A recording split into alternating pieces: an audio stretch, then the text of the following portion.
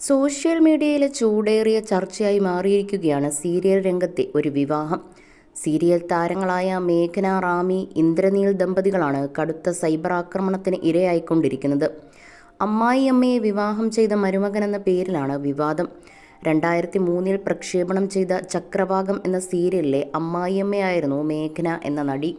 ഇവർ കല്യാണം ചെയ്ത ഇന്ദ്രനീൽ ഈ സീരിയലിൽ ഇവരുടെ മരുമകന്റെ വേഷം അവതരിപ്പിച്ചിരുന്നു.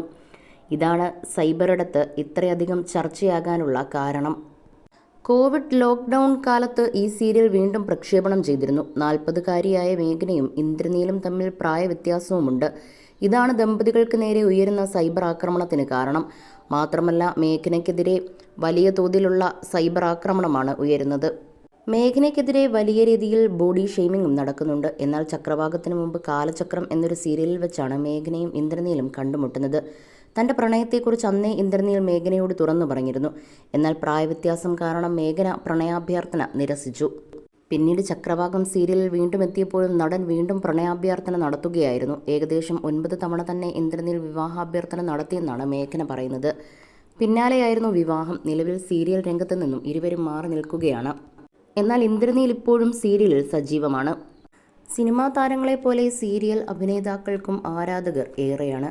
പ്രത്യേകിച്ച് ലീഡിംഗ് കഥാപാത്രങ്ങൾ അവതരിപ്പിക്കുന്ന അഭിനേതാക്കളോട്. അത്തരത്തിലൊരു താരമായിരുന്നു ഇന്ദ്രനീൽ.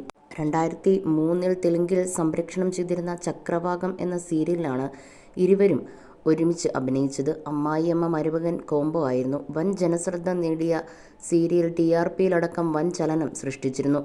ചക്രവാകത്തിന് മുൻപ് കാലചക്രത്തിലും ഇരുവരും തമ്മിൽ കണ്ടുമുട്ടുന്നത്. 1000 എപ്പിസോഡുകൾ പിന്നിട്ട ചക്രവാകത്തിനിടയ്ക്ക് തന്നെ മേഘന തിരികെ പ്രണയം പറയുകയും ചെയ്തു. ആദ്യം ഇവരുടെ ബന്ധം എതിർത്ത വീട്ടുകാർ താരങ്ങൾ പിരിയില്ലെന്ന് മനസ്സിലാക്കിയതോടെ വിവാഹത്തിന് സമ്മതം അറിയിക്കുകയായിരുന്നു. വിവാഹം കഴിഞ്ഞ് വർഷങ്ങൾ പിന്നിട്ടെങ്കിലും ഇവർക്ക് കുട്ടികളില്ല.